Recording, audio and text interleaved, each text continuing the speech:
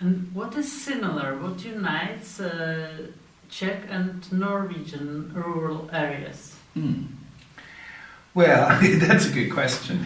Because when you first think about it, you think, is there a lot in common? But in fact, there is. And in particular, in both places where we have agricultural development, agricultural modernization, industrial agriculture, what we have is a field of economic activity which invests in machine labor, not human labor.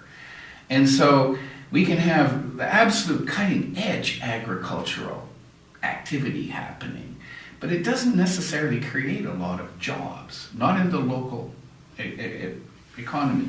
Now, what I like to say is that in a place like Czech, we have, a developing economy. So, in a sense, there isn't enough money to diversify from those changes, which means that people lose employment in the local area. In Norway, it's the same but opposite. We have so much money, Norway is such a wealthy country, that the same thing happens. Farmers invest in big pieces of equipment, and one farmer will farm 6 different pieces of land with no employees.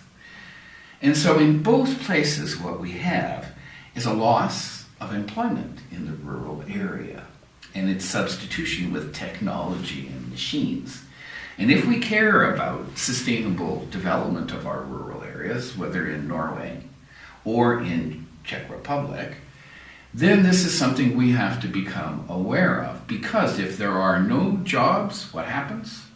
People move away to the big cities. We see this all across Europe, and we wind up with rural depopulation because people can't make a living.